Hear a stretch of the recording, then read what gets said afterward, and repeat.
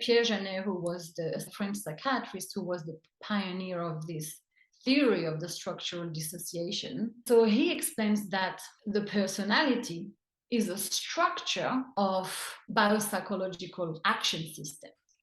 And there's two categories. The first category is about daily life functioning, and the second category is defense mechanism. Now, those action systems are innate. It's the work of evolution, and all mammals has got them. And so in the daily functioning category, we have action systems of attachment, environment exploration, like play, study, work, energy management, eat and sleep, caretaking, reproduction. So this is the category of the executive functioning. And then we've got the category of the coping mechanisms. And here we have fight, flight, faint, freeze, attachment cry in babies, and recuperation and wound care. Each action system is directed toward their own goal action. Therefore, they also have their own way of thinking, feeling, behaviors, and body sensation. Is this a conceptual framework whereby clinicians can seek to understand these different areas of interacting, whether they're conscious or subconscious, and then apply them to the clients that they treat? Or is this something that is also communicated to the people that we support, or just a general the general population of people who would be helpful to understand this sort of stuff? What's your sense of that? Absolutely. So a lot of psychoeducation on what has happened to them and how the brain has ingeniously helped them cope. We have three types of structural dissociation. The first one is primary dissociation, and it goes under the PTSD and the acute stress disorders. So here we assume that the individual had a relatively integrated sense of self. So those action systems have naturally progressed into a sense of integration. The way you are at home with your kids, the way you take care of your kids is different from the way you are with your mates or the way you are at work. You know, I often laugh with my clients. I tell them, I have my psych self, I have my mom self, my wife self, my sister self, best friend self. How weird would that be if I brought my sister self to the session today? So I tell them my husband does not like my psych self. I think yes, my wife can so totally agree with that one. And we can okay, I'll speak for myself. Where it's so hard because you do it so often every single day. You engage in your psych self or your therapeutic self, even being therapeutic, which is different to the psych self, and you try to apply those things in your day-to-day life with your family. They look at you like, why are you listening like that? Or why are you why are you summarizing the way that you're like, what the hell you feel? It's weird. You know? But in this situation, don't you feel that, you know, you have to tap into that work self? You know, if one of your friends come to you with a problem, you're gonna go, okay, what would I do? This, you know, how would I approach that at work? Yeah, it's when you adopt that work self in situations of non-crisis that gets a weird look. Yes. So you feel you have to tap into that now, right? Yes, certainly.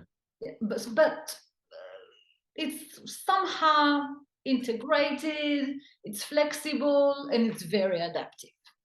So in primary structural dissociation, we assume that the person has an integrated sense of self, and then they experience a traumatic event.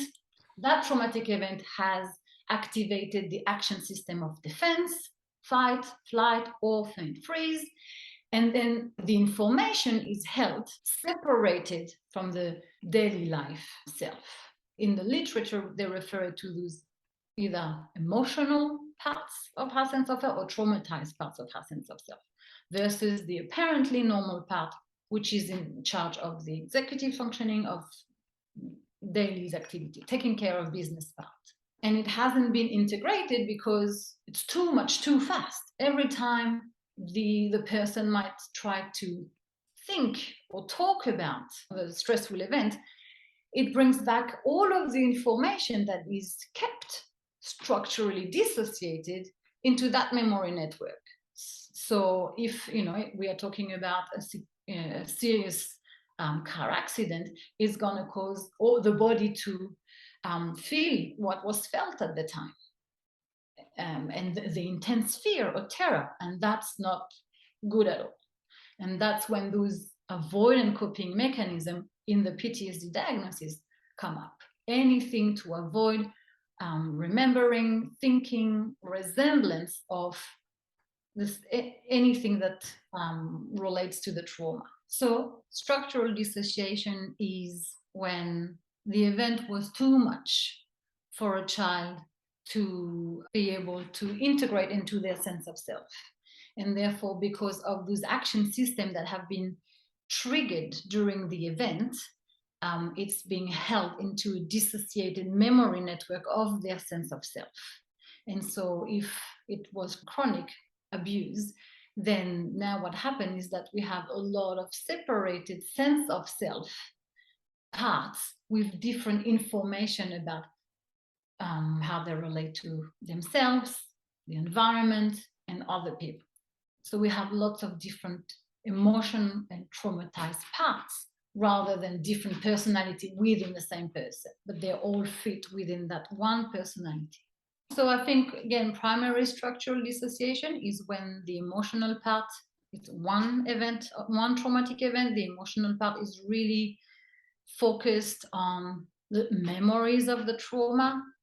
Secondary structural dissociation is lots of emotional, youngest part of the sense of self that have now been elaborated because they've experienced a lot of traumatic events. So they've got a pool of events to refer from, and therefore they've got their own life story. And so they haven't been able to be integrated into this coherent and cohesive sense of self. And then tertiary structural dissociation is when now we have also lots of traumatized parts, but also a few different parts who take care of the day-to-day activities, because trauma impact happened all the time, even during those day-to-day activities. It's a complex set of presentations, and an all too common one in the clinical sphere. But also what you mentioned before is that all the parts had a purpose, and all the parts, even the meanest one, the one who might tell the person to kill themselves, to self-harm, even those parts, when we look into them, they are good. There is no bad parts, like Dick Schwartz is saying.